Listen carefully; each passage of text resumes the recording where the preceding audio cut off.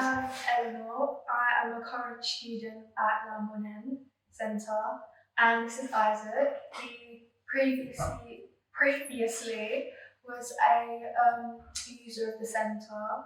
And what age did you start, Isaac? So I must have been started coming here about 18. How long ago was that?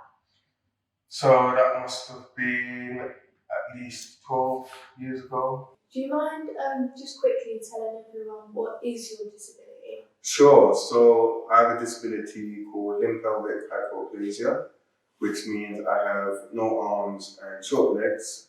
I have a weak pelvis, so I'm not able to walk, but I have this handy wheelchair, which gets me from A to B, or I should say A to Z, because there's a lot of places that the wheelchair has taken me. I've also got acid reflux, which is stomach problems, and on top of that I've got scoliosis, which is the curvature of the spine. I struggle a little bit with anxiety and depression and ADHD. How did you get involved at the centre? So I first got involved with Lambourne End through my social worker at the time, who told me about an open day happening at Lambourne End and told me about the different activities that were happening here. And I was like, yeah, sure, I'd love to come and see what it's all about. And then, yeah, I got involved in all the types of different activities here, and I felt really included. I'm still someone who likes adventure, someone who likes to come out of my comfort zone. I feel Lambourne End was probably one of the first times that I came out of my comfort zone and did different activities I didn't know existed, from raft building and the caving and things were activities I've never done before, so this definitely started my journey into what I've been doing now, such as skiing and skydiving and tall ship sailing. So it's helped me get to where I am now. Growing up having quite bad anxiety, when opportunities were brought up, I was like, well, I'm not going to be able to do that because I'm going to freak out and get upset and it's not going to happen for me. The first time I abseiled, I was so scared. I was like shaking, I was so nervous. And flashback to a few weeks ago, I was like, wheelchair abseil? Yes, I'm going down. I was like, am I going down? Absolutely. I've climbed all of the climbing walls, my fear of heights is gone. That's good, yeah. Did you have any fears coming here, Mum's heights? Did you have anything you were afraid of that you got over? I think definitely my confidence was lacking when I was younger.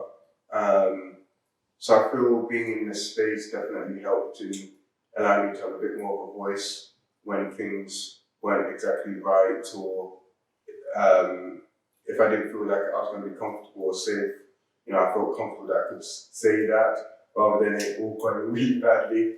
So I think confidence was definitely a big one for me, because because of my disability, I've always been someone who likes to push myself and see what's out there, but internally I didn't have that confidence to sometimes speak up when I wanted to. So Lambourne End definitely was a piece of that puzzle that was missing, which has helped me. What activities and experiences have you participated in, not only here, in life, that you didn't know you'd experience? Sure. So here, caving was something I never thought I'd ever get to do. Even the concept of how I would do that with my disability just never came across my mind of how that would even be possible. But with the staff here at Lambourne End, they made it possible, and it was a lot of teamwork in having me on a sliding mat, and they got me through the tunnels, and even the smallest one as well I got through. I didn't even go through that. Yeah, we got through, we managed it, which was great fun. I was given the opportunity of opening up the abseil here in a wheelchair, which is really great to be one of the first down there. Speaking of wheelchair abseil, that's actually a little picture we've got up there. I completely forgot about. That's it. That is Isaac wheelchair abseiling. When I actually did wheelchair abseil, I tried to wheel myself up with my hands, and I give you so much credit because I could not drive that thing to save my life. You were just so positive and so grounded, even though you do have your disabilities. And then things like skiing, I didn't know there was such a thing as adaptive skiing, where I sit in a sit ski and someone's controlling it from behind, so I'm able to go skiing down mountains. But the last time I went skiing, and I didn't know this technology even existed, but I was able to control the ski using my foot. Wow. Going down the mountain, which was probably one of the coolest experiences that I've ever done. As a student coming here, I still think it's a very eye-opening experience, and I think it's really helped me grow as a person, and it's really shaped me into a better person. I'm much more outgoing, and I'm much happier here than I was in my previous setting.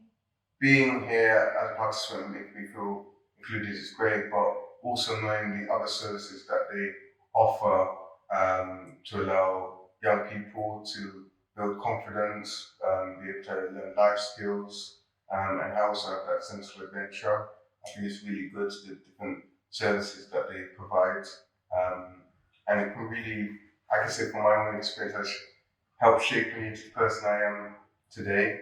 And that must be the same for many other participants who do come to Lambourne End and have this great experience. With my struggles, I've never actually got a positive, phone call home. I've never went to a meeting where it was a positive thing. I've done things I never thought I'd do.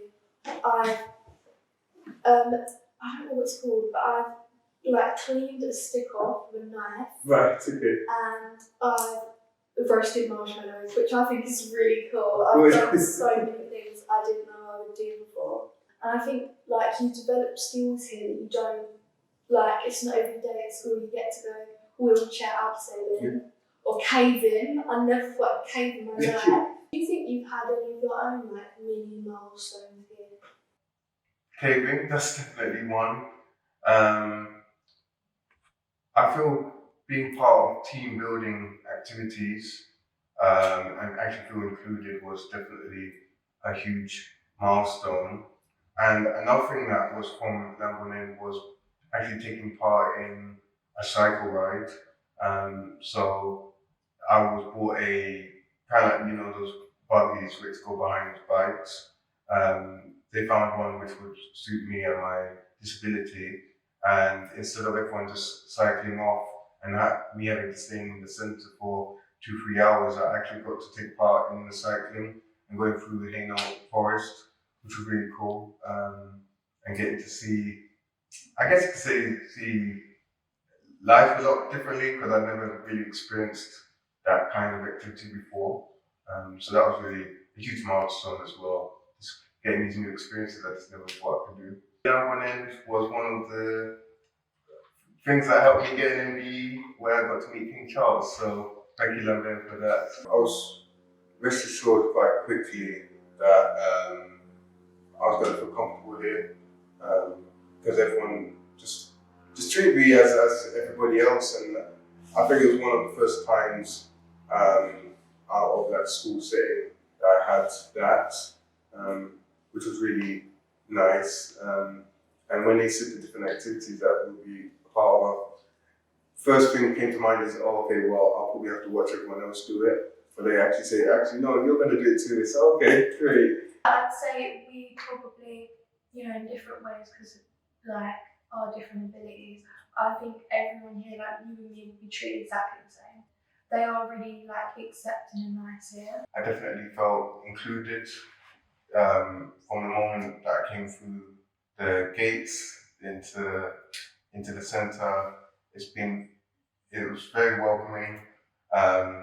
Nothing seemed to be a challenge to make me take part in activities, and I just felt like I was part of a community that was just very accepting. I think they really do they're very accessible here.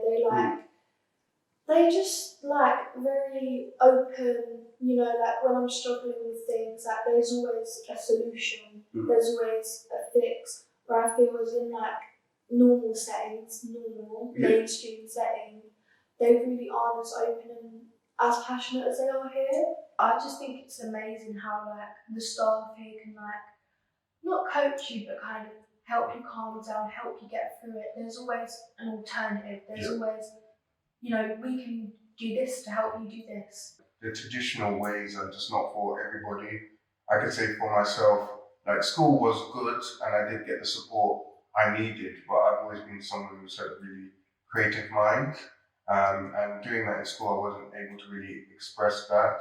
So when I left school, I just knew I didn't want to do the 9 to 5 or go to university. I just wanted to kind of do my own thing and express it in ways that I felt comfortable in doing. That's how I got involved in video editing and content creation, and getting myself out there and sharing my journey with others, which has opened up a lot more opportunities.